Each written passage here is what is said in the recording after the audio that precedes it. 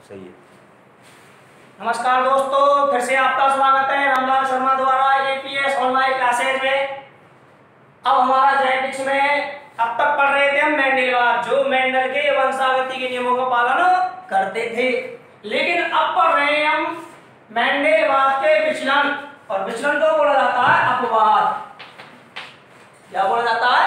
अपवाद या नॉन मेंडलीय आनुवंशिकी। अब तक पढ़ रहे थे हम मेंडलीय आनुवंशिकी, जितने भी नियम हमने पढ़े थे वो मेंडलीय आनुवंशिकी थे अभी तक। लेकिन अब जो पढ़ेंगे नॉन मेंडलीय आनुवंशिकी, नाम से है नॉन, अर्थात जो मेंडल के नियमों का पालन नहीं करते हैं। कहते कैसे हैं? कुछ लक्षण क्या होते हैं? कुछ लक्षण मेंडल के वंशागति के नियमों का पालन नहीं करते।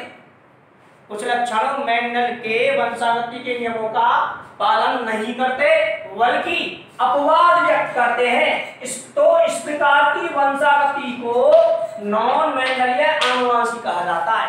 तो इस प्रकार की वंशागति को नॉन मेंडलीय आनुवंशिकी कहा जाता है। उन्हें देखें, कुछ लक्षण मेंडल के वंशागति के नियमों का पालन नहीं करते हैं, बल्कि अपवाद व्यक्त करते हैं। तो ऐसी वंशागति को नॉन मेंडलीय आनुवंशिकी या मेंडलवाद के विचलन कहा जाता है। अब होते क्या है? इसके दो उदाहरण हैं। विचलन जो है, अपवाद जो है, तो दो है। एक तो है अपूर्ण प्रभाविता, अंग्रेजी में कहते हैं इनकम्प्लीट डोमिनेंस, और एक है सह प्रभाविता, कोडोमिनेंस। अब तक पढ़ रहे थे आप पूर्ण प्रभाविता। F1 पीढ़ी में जो लक्षण प्रकट होते हैं इन्हें प्रभावी लक्षण कहते हैं, और जो प्रकट नहीं होते उन्हें अप्रभावी लक्षण कहते हैं। अब यहाँ पर क्या आ रहा? अपूर्ण, ए माने नहीं, पूर्ण माने पूरा, प्रभाविता। जहां पूरा प्रभावी लक्षण नहीं पहुंचेगा, साथ में अप्रभावी लक्षण भी पहुंच जाएगा। दूसरा है सह प्रभाविता, सह माने साथ में। ये दो उदाहरण इसके हैं। तो हम पहले देख रहे हैं अपूर्ण प्रभाविता या इनकम्प्लीट डोमिनेंस। कहते कैसे हैं? जब F1 पीढ़ी में जीन के दो विकल्पियों के लक्षणों का, F1 पीढ़ी में जीन के दो विकल्पियों के लक्षणों का मध्यवर्ती लक्षण उत्पन्न होना, उन्हें देखें। F1 पीढ़ी में जीन के दो विकल्पियों के लक्षणों का मध्यवर्ती लक्षण उत्पन्न होना ही अपूर्ण प्रभाविता कहलाता है। मतलब क्या? इसमें क्या होता है? F1 पीढ़ी में संतति जो होती है वो जनक के समान प्राप्त नहीं होती है, अर्थात उसमें प्रभावी और अप्रभावी दोनों लक्षण स्पष्ट दिखाई देते हैं। जबकि आप पढ़ चुके हैं मेंडलवाद में F1 पीढ़ी में केवल प्रभावी लक्षण दिखाई दे रहे थे, लेकिन यहाँ पर क्या होता है? F1 पीढ़ी की जो संतति है वो जनक के समान नहीं होती, अर्थात उसमें प्रभावी व अप्रभावी लक्षण दोनों दिखाई देते हैं। एग्जाम्पल देखिए, गुलाबाश, हिंदी में नाम है गुलाबाश। इसका जो वैज्ञानिक नाम है वो है मिराबिलिस चलापा, या इसको बोला जाता है 4 ओक क्लॉक प्लांट।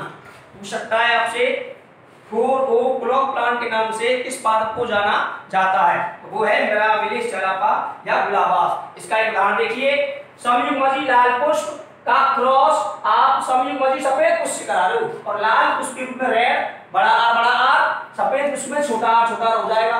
इनके मध्य क्रॉस करा रहे हैं, क्रॉस कराने से सबसे पहले क्या होगा? ये जनक हो गए, इनमें होगा अर्धसूत्री विभाजन होगा। इधर से एक बड़ा आर आएगा, इधर से एक छोटा आर आएगा।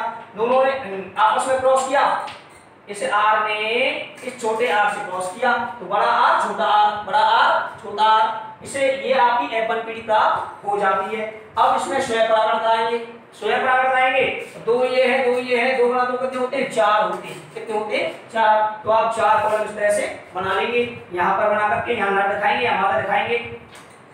अब देखो, बड़ा आर एक युग्मक बन गया, छोटा आर दूसरा युग्मक बन गया। जो युग्मक यहाँ बनते हैं वही युग्मक यहाँ बनेंगे, बड़ा आर छोटा आर। अब ये बड़ा आर गया, बड़े आर के पास क्रॉस किया तो लाल पुष्प तो बड़ा, फिर बड़ा आर गया छोटे आर के पास, बड़ा आर छोटा आर, फिर छोटे, अब ये दोनों क्रॉस हो गया। इस नीचे वाले कराओ, छोटा आर गया बड़े आर के पास, तो पहले बड़ा आएगा, बड़ा आर छोटा आर, तो बड़ा आर छोटा आर हो गया, और फिर छोटा आर गया छोटे आर के पास, छोटा आर।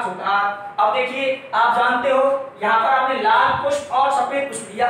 अब आप लाल रंग में या सफेद रंग में दोनों को मिला के देखो, लाल रंग में सफेद डाल दो, तो वो ऐसा नहीं है शुद्ध लाल या अशुद्ध लाल प्राप्त होंगे। शुद्ध लाल अशुद्ध लाल तो वो मेंडलवाद में थे, तो वो क्या हो जाएंगे? गुलाबी हो जाएंगे।